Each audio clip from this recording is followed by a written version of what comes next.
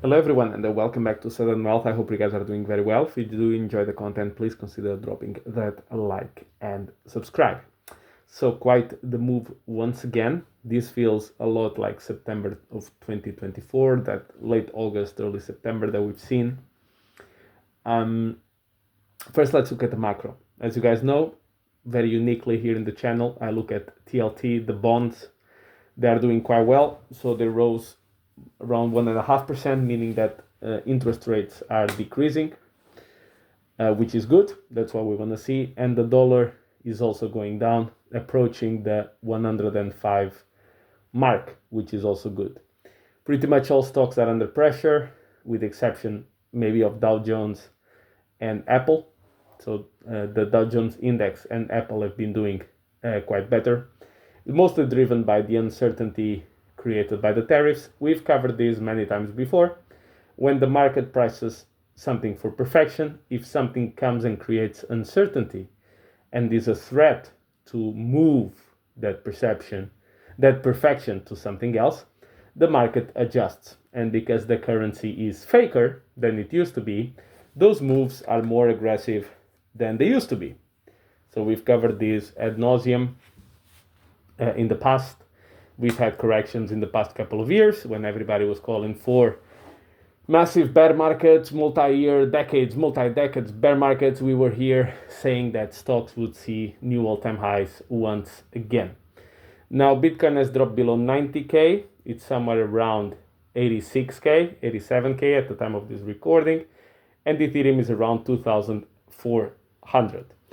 Now I have to give props to someone who is called CZ, the creator of Binance. He made a post 4 years ago where he said, one day people will say Bitcoin crashed from $101,000 to $85,000. Now he made this post, I think, in 2020. He was right. That's exactly what happened. And today he made a new one. He said, one day people will say Bitcoin crashed from $1 million to $985,000. So he's basically saying that he thinks by the next cycle Bitcoin will be $1 million, which is quite interesting. Well, he was right the first time. Let's see if he's right the second time. Well, he knows something. He has a very successful project and the most successful exchange on the planet. So I guess it's safe to say that he actually knows what he's talking about when it comes to crypto and Bitcoin prices, etc. in general. Now, I will cover first some of the most interesting news, and then I will give you the reasons why I am still very bullish in this market. You will notice something about those reasons. They are factual. They will have zero opinion based on them, and they will say why I believe we are still in a bull market. Now you need to understand something. Is this hopium? Of course. Of course, nobody knows the future. I cannot tell you with 100% certainty, yes, sure, the bull market is on. Nobody can tell you anything with 100% sure. And if they do, they are scamming you or they are lying to you one way or another. You pick your poison. What I'm doing is I'm assessing the reality. This is the best all of us can do when it comes to investing. You look at the world, you look at the picture, you look at the forest in front of you, and you say, I think there's a very good chance that this option will turn out very good for me. And what you hope to do is that most of the times that ends up being the case. That's all you can hope for. 95% success trading strategies, 85% win rates, this kind of stuff, they don't exist. You just need to win a few times, and when you win big. Or you need to be right most of the time, but not every single time. So let's take it out of the way. Now, first of all, let's go first a little bit of news. South Korea has cut rates. Most people didn't pay attention because the market's going down. However, it's just another one increasing the liquidity in the markets. Why? Because they have to. It's not an option. It's all about the refinancing of debt. And these societies are too much in debt, which means they cannot afford high interest rates or if they can afford high interest rates, they need to have huge deficits. One way or another, currency gets created, liquidity goes up, period. And you're already seeing that in the global M2. So let's take it out of the way. Then the investigation on Robinhood has been closed. Nobody paid attention because the market went down. Last week, Coinbase went down. The SEC case against them was dropped. Nobody paid attention because crypto went down. Today, Eric Trump said, buy the dip for crypto. Nobody's paying attention because crypto went down. And finally, Donald Trump Jr. is going to speak at the DeFi conference, I believe it's tomorrow, in which Ethereum is by far the number one DeFi player with more than 50% of the total value locked.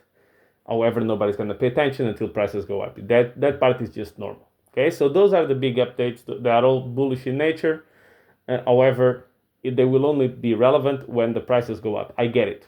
I understand. Unless we get the dopamine hit first, those things don't matter. So these are the reasons why I remain bullish, the factual reasons that I've mentioned. Under my thesis, I said, when Trump came into office back in 2016, rates went higher, the dollar went higher initially, and then slowly but surely, both these things started coming down. What I've been seeing so far, the same. Everybody expected rates to go higher. Everybody wants a strong dollar. We expected a strong dollar. We had both of them for a while. And now, after a month of his presidency, both things are starting to come down. Just so, factually speaking, is identical. Oh yeah, people think tariffs will be very inflationary, just like they did back in 2016 and 17. There's no difference. It's the same narrative. Now let's go forward. I saw these on initially. I saw these in I don't remember who posted this, but somebody posted this on Somi's Telegram, and then I also saw this by Roll Paul, and it's completely accurate. So I advise to join Somi's Telegram and to follow Roll Paul. I mean, not financially advising you. I'm saying I think they have good content. If you disagree, don't follow them. Roll Paul said something which is very true. If I ask all of you on the other side of the screen, how do you remember 2017? 2017 is this magical year in crypto, this golden year in crypto, which is seen as the people got to Valhalla that year on altcoins, particularly altcoins, but also Bitcoin, everything. Right? True. This is what they remember. Now, what happened? We had 28% plus corrections in Bitcoin. I'm talking 28 to 35% corrections in Bitcoin 5 times. 1, 2, 3, 4, 5 times that year. And all of them lasted quite some time to play out. People forgot. 2017 had 3 red monthly candles for Bitcoin. People forgot. 2021, which people still say, hey, 2021, it was not as good as 2017, but it's a very strong, very good bull market. 6 monthly red candles. Half the year was red. People forgot. See, usually people think, this is on both cases, okay? But 2017, people have this marvelous idea in their mind, and it's true. Particularly, some of them think that the entire year was very good. Depends. There was a few projects that did well throughout the entire year. That's true. But the vast majority, they did the best on the second half. And you had periods of a lot of doubt and a lot of uncertainty and a lot of fear. But people forgot. Another fact, bull markets end in massive, ridiculous euphoria, not in fear. At least all until now. Maybe this time is different. Maybe this time the bull market ends in fear. But you need to understand that the probability of that is I am betting on something that has never happened in history, not just of crypto, but of markets in general. How did the dot-com bubble burst? Massive euphoria. How did the GFC burst? Massive euphoria on real estate. They all burst. How did 2017 burst for crypto? Or 2013? Massive euphoria. 2017, massive euphoria. 2021, massive euphoria. So this time is going to be massive fear that's going to break the bull market. Okay, we'll see. But you need to understand you're betting on something that has never happened. Another thing, my feed is completely full of videos like the bear market is here and this one will last multi-years. Bull markets don't end with videos like that. Bull markets end with videos of why this time we're not going to have a bear market because A, B, and C happened, and now this time is different, and we're no longer going to have a bear market. That's how bull markets end. Bull markets don't end with Peter Schiff throwing a party, like he was today. Bull markets end with Peter Schiff saying, oh, maybe $1 million Bitcoin is possible. Or $100,000 Bitcoin is possible. Or 50K Bitcoin is possible. You see the point. That's it. It ends with this capitulation on admitting that the price can go way higher instead of calling the top every single week. So that's another one. It ends with Bitcoin dominance much lower than when it started the cycle. Every single time. Maybe this time is different. But once again, you're betting on something that has never happened before. If you look at the global M2 liquidity chart, we had a dip in liquidity, meaning liquidity was going up, it went down quite a bit, Bitcoin was in a lag, it finally followed the drop in liquidity, but guess what? The global M2 liquidity is already higher than it was back in November. So now there's a lag between Bitcoin falling and the increase in liquidity that already happened. I see almost nobody talking about this. So if we do repeat the lag, as we've been repeating over these 15 years, or these 16 years that Bitcoin exists, we should be catching up in price with the liquidity cycle going up. Now, can we still go down for a while? Can we still test a few levels close to the 80K? Sure. Everything is possible. What I'm saying is, every day it goes by becomes less likely, in my opinion. Humble opinion.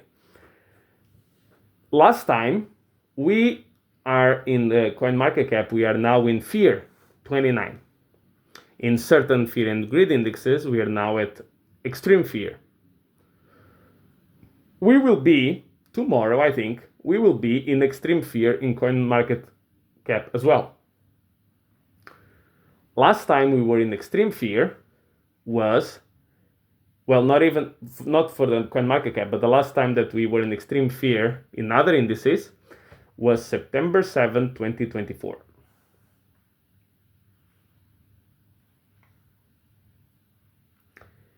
What happened afterwards?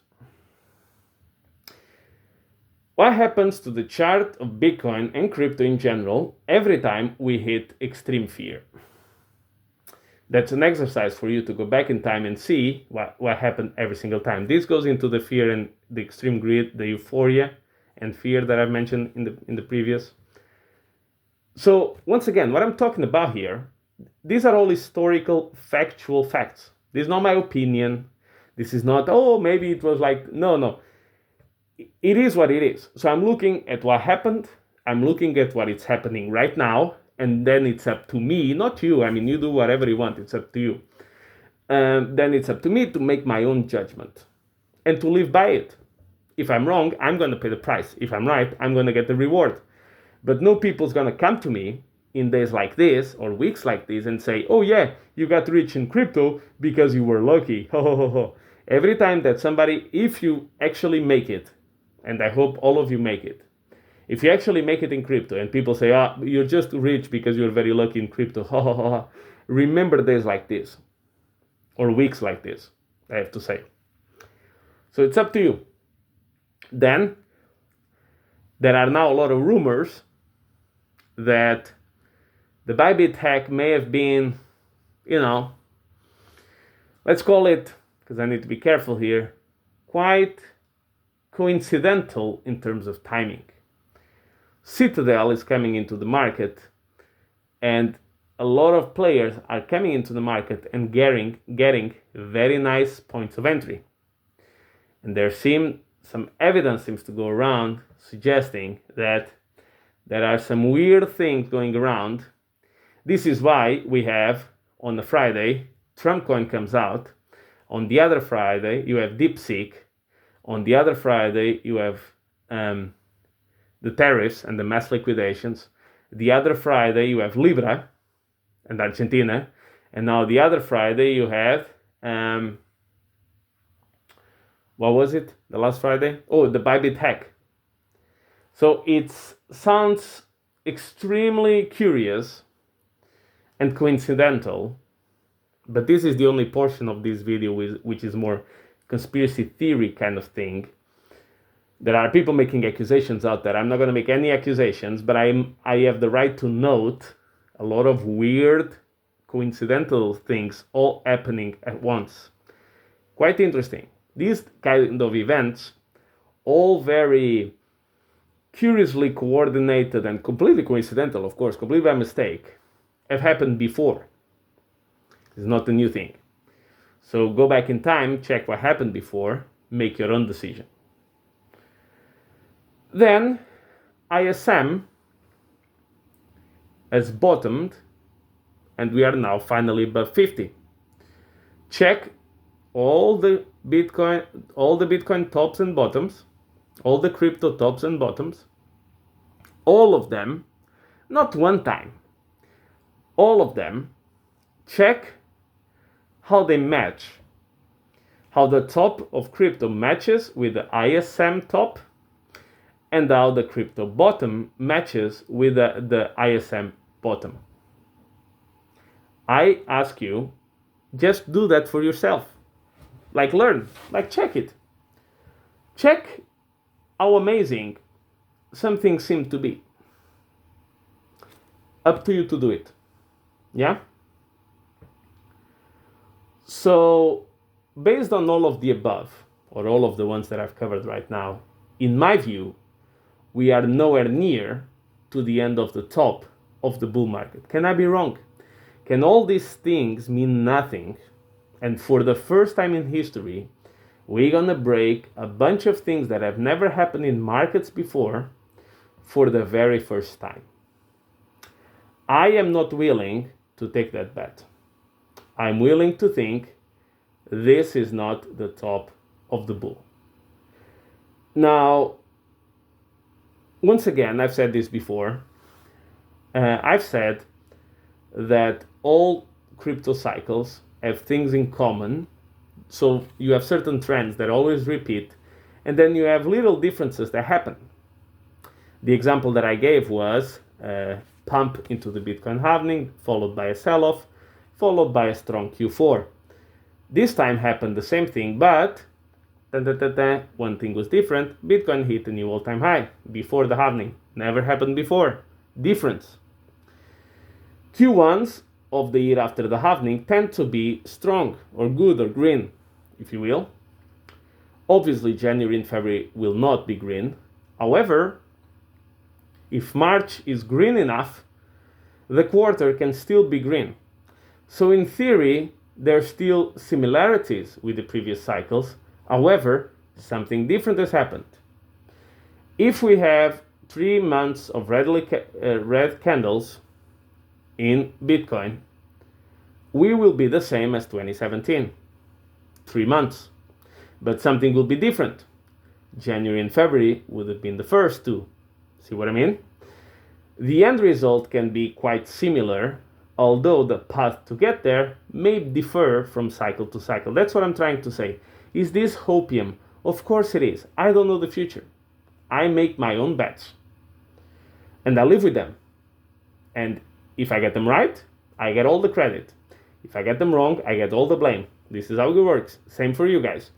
You make your own bets. If you're right, 100% credit to you. If you're wrong, 100% blame to you.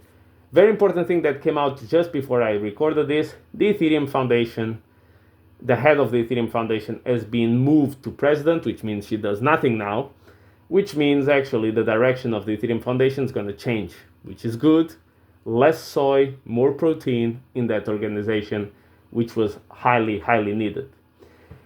Now I'm going to take a couple of minutes before we end here, and I'm going to tell you something which is true. It's not nice what I'm going to say, but it's true. Most people will not make it in crypto. And they will not make it because it's very, very hard. Unlike what people think, that you just pick a coin and all of a sudden in 2 weeks you can retire and you were just a super lucky guy.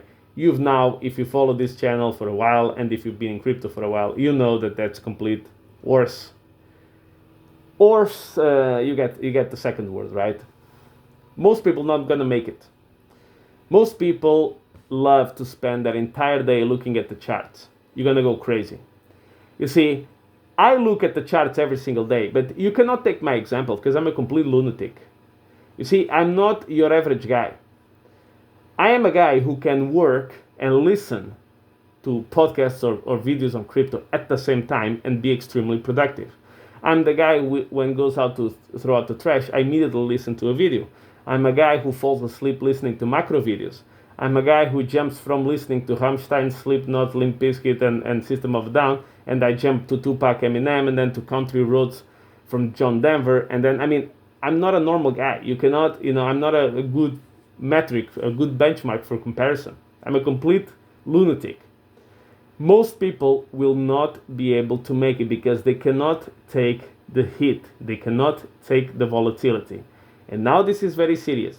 If you cannot take it, if your personality does not allow for it, doesn't mean you're a less human being, doesn't mean you're a bad person, doesn't mean you're weak. Just means that you cannot handle the pressure of this volatility and you get addicted looking at charts all day and you end up making stupid mistakes. If you cannot do it, I suggest you try and find other investments.